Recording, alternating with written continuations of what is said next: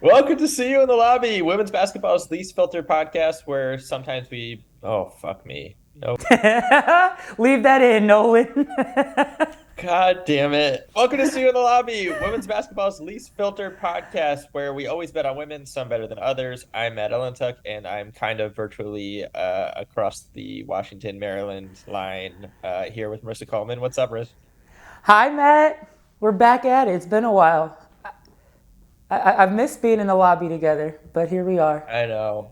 I know. Well, listen, life has gotten a little hectic, but in a good way. And also the weather sucks. So listen, I'm here in a hoodie. I'm in my own living room and we can still do this from a distance. It's fine. I know we skipped right over fall, which is probably my favorite season, but hey, we're hoodie weather. I'll make do. It's better than the 90-degree humidity. Yeah, listen, typical mid-Atlantic behavior happening. Anywho, Riss and I are here to do a little bit of a recap of the end of last season, do a little speculating on what we think might happen in free agency, and then tease out our plans for season two. Let's do it. All right. Welcome to the lobby, my friends. All right, let's do it. Matt and I have our top 5 moments from this season. I'll let you get us started, Matt, because 5 and 4 are 2 of your favorites. 5 and 4 are 2 of my favorites. Number 5, shout out to Kurt Miller for giving us an absolute banger of a timeout coaching headline when he told his players that he was looking for suggestions on how pro players can make layups. Any suggestion on pro players making a layup? Like, honestly, I'm going to get fired because we can't make a layup. Which the serious tone of it was tremendous. The height of this being the literal playoffs was incredible. I still can't wait to talk to some of the players on that team at some point and ask them if they have any thoughts about that line. Incredible work, Kurt. Thank you. Absolutely. I feel like he went to the Lynn Dunn school of insults because I could hear Lynn saying that this stuff Lynn would say to us when I was in Indy. But Kurt, we appreciate you for that one. Bellamy. Number 4. Okay, shout out to that kid who literally brought a flower and tried to give it to Sue Bird during the middle of a playoff game. A tremendous effort all around on that one as well. Sue Bird also having the patience before an inbounds pass to be like, actually, can you hold on to that? Also, what makes her have tremendous legendary court awareness to be able to deflect small children offering her flowers mid-game. Thank you to that child. Yes, thank you to that child. I love witnessing core memory moments, and that was definitely one that she will remember forever. So appreciate you. All right. Number 3, literally anything the Las Vegas Aces did this season on social media, from slapping each other with tortillas, from De'Erica getting the cops called on her, to anything Sydney Colson did, literally anything Sid did. I mean, the list goes on. Kelsey and Demaya attacking De'Erica at brunch. So Aces, we appreciate the humor you gave us all season long. Number 2. Matt, I'll let you do this one too, because this is another one of your favorites. Number 2, thank you to another one of my legends, Skylar Diggins Smith, on giving us a legendary year of calling your coach a clown on Twitter for all to see. This is how drama should play out. This is the blueprint for the future of our league. We absolutely need some more trash talking via emojis on a global platform. Thank you, Skylar Diggins Smith, for igniting every rumor known to man for 2 weeks. All right, and number 1, A'ja Wilson's championship press conference will literally go down in the history of press conferences in sports, media, and anything. From beginning to end, I think I probably watched it 20 times, and each time was laughing about something different. Tuesday, 5:30 p.m. Pacific time. Be there or be square. If you ain't 4 shots in, don't come. Stay at the house. Children, drink some ginger ale. Pop ginger ale. Drink responsibly. Don't be crazy now. But Usher, I better see you, Usher. It's so good. And I mean, it even carried over to Australia, her watch segment. A'ja Wilson is unhinged in the best of ways right now. Listen, if the W does not make A'ja Wilson the face of this league, then I don't know what to tell you, because she literally is anything and everything you could want to represent our league. She's funny. She's a great player. She's a great person. She's articulate. She's relatable. Like, everything about her you should want to push. She won literally everything there is to win this year.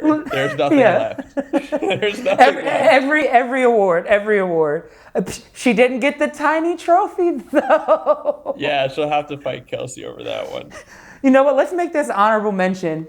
Top 5 moments of the season was we did forget that one. The tiny trophy and Kathy actually helping Kelsey carry. Please, if anybody's watching, 2023 trophy even smaller. Make it smaller. This is a bit now.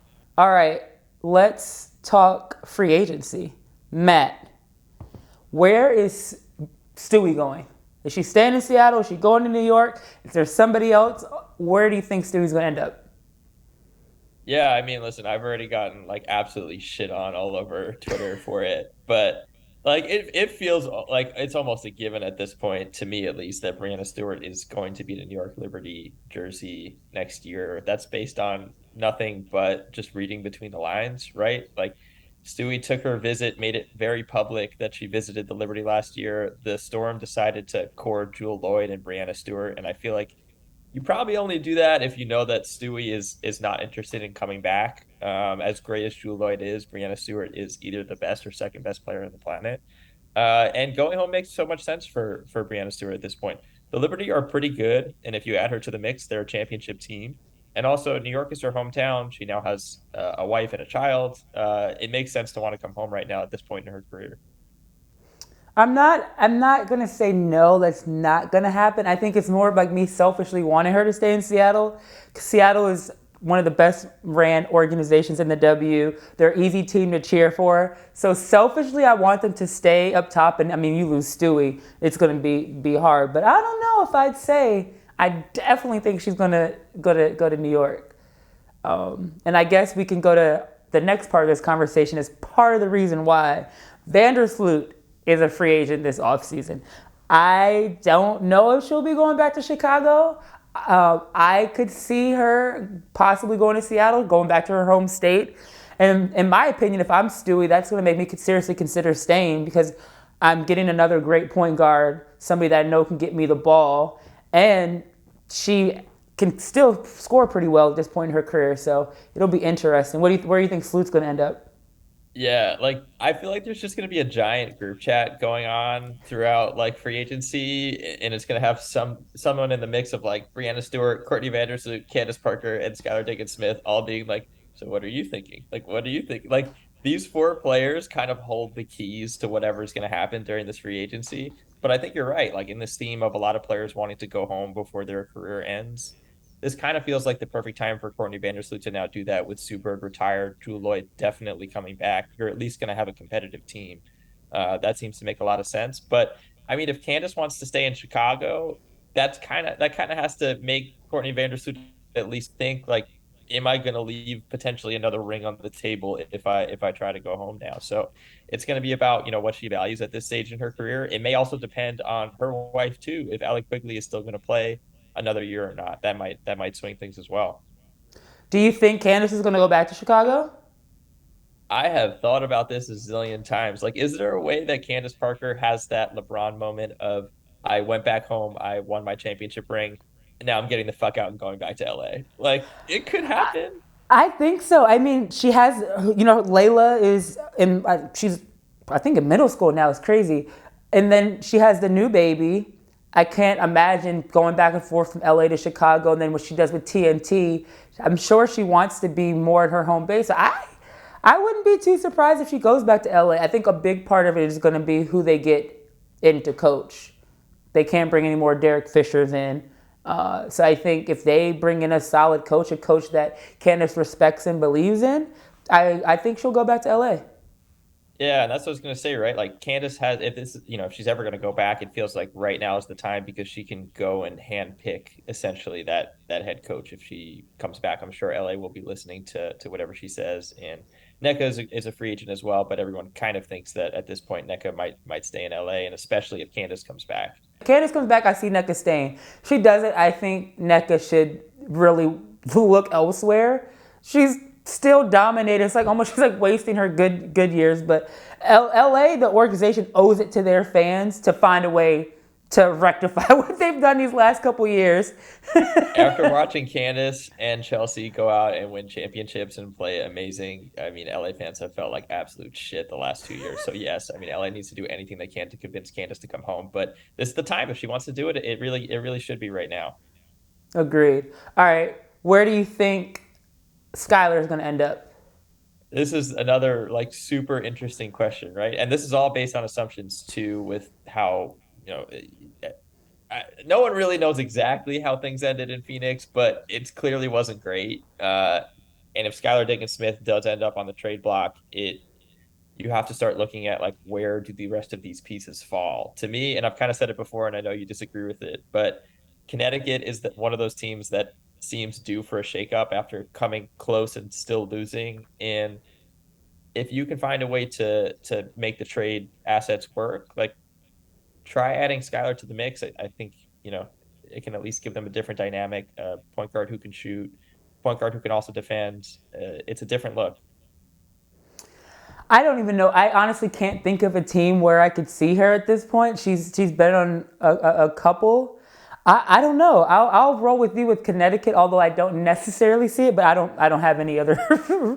I could say LA, but I don't know. Like I think Skylar wants to be in a bigger market. I just don't see Connecticut being a market for her. But I don't know where else. So. No, you make a good point. I mean, LA is in that mix. I mean, Seattle, right? If Seattle misses out on getting Courtney Vandersloot, they still have a hole at point guard too, and that's still a great team. So maybe Seattle's on the board, but the options are definitely limited. It's going to depend on who else moves in free agency. Yeah, so we'll see. And lastly, something that I feel strongly about is there needs to be a shakeup in Connecticut with that team. It's every year. I mean, we've talked about it numerous times on the show. Every year, it's this Connecticut's year. If they're going to get over the hump, all regular season, they dominate. And we're like, this is their year. And then, dun, dun, dun.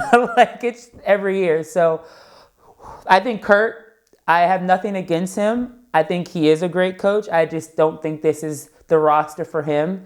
He's had his opportunity. I'd like to see somebody else get a chance. So I think that's the first move. And then the rest, I don't know. Do you have any thoughts? It's so hard, right? Because I really do think their two best players don't necessarily fit great next to each other with Alyssa Thomas and Jonquel Jones, and it may come to a point where you have to choose one or the other and just try to trade one to make the pieces fit better around whoever the star is who you keep. I don't know how you make a decision like that. I think they're both awesome in completely different ways, and it's going to really depend on, the coach that they want to bring in and what the coaching style is. But it's really hard. Like when you have a lot of great players who I don't think any one of them is like particularly a weak link. They're just a bad fit. It's all about kind of like, like Yeah. they're all really good players. It just may also depend what the trade market is like, which I think in the WNBA it's really hard to trade a star and get a star back. We see this problem happen all the time when players force out. That's why I say Skylar, because we know that she's one of the few stars who actually could be on the move, and maybe Connecticut could get equal value for whoever they're sending out. But otherwise, it's hard. It is hard. And if I had to choose between Jonquel and AT, many probably will think I'm crazy for saying this, but I'm taking AT 9 out of 10 times. And that Jonquel is an MVP. She's a great player, but she doesn't impact the game like AT does. That Connecticut goes as she goes. I mean, she impacts the game on both sides of the floor and from every level. Two back-to-back triple doubles in the finals is wild. So I'm taking her. Now, I mean, is there a Jonquel for Skylar trade? Does that happen? I mean, I'm not I actually wouldn't be mad at that. I would not be mad at Jonquel in Phoenix. What do you think? I mean, I think Diana Taurasi would be happy. I have no idea. I mean, obviously if you have to trade Skylar, getting a talent like Jonquel feels awesome, but I don't know how Connecticut will value that trade either. I mean, there's a really good case that you can say Jonquel Jones is a top 5 player in the league. She was an MVP just 2 years ago. So I don't know. See. It's all really tough. We'll keep an eye on it, and we'll be talking a lot more about this. So, all right, let's do our way too early 2023 WNBA champion. Ready, go. There's so many moving parts, but I'm going to pick the one that kind of feels obvious. Although now with De'Erica being pregnant, we don't know how, if she'll even play next year. But I do feel like Las Vegas is still my pick because all of those players, they're still on the up. Like they're all still super young, and I don't know that any of them have hit their peak yet. Agreed. I'm gonna go with the Aces too because right now it's too hard to pick any other team because there's teams are gonna look a lot different, but we'll keep an eye on that one too. All right, to wrap, listen, season 2 of See You in the Lobby is obviously on our minds. While we don't have all the specifics baked just yet, stay tuned. We will soon. We do have plans to cover the college basketball season. We do have plans to bring on WNBA players throughout the college basketball season. We also have plans to talk about EuroLeague. So season 2 is going to be packed with lots of the same. The shots are coming back. Sorry we didn't get them in this episode, but listen, we all needed a little break. And we're really excited. We'll see you guys soon. Back in the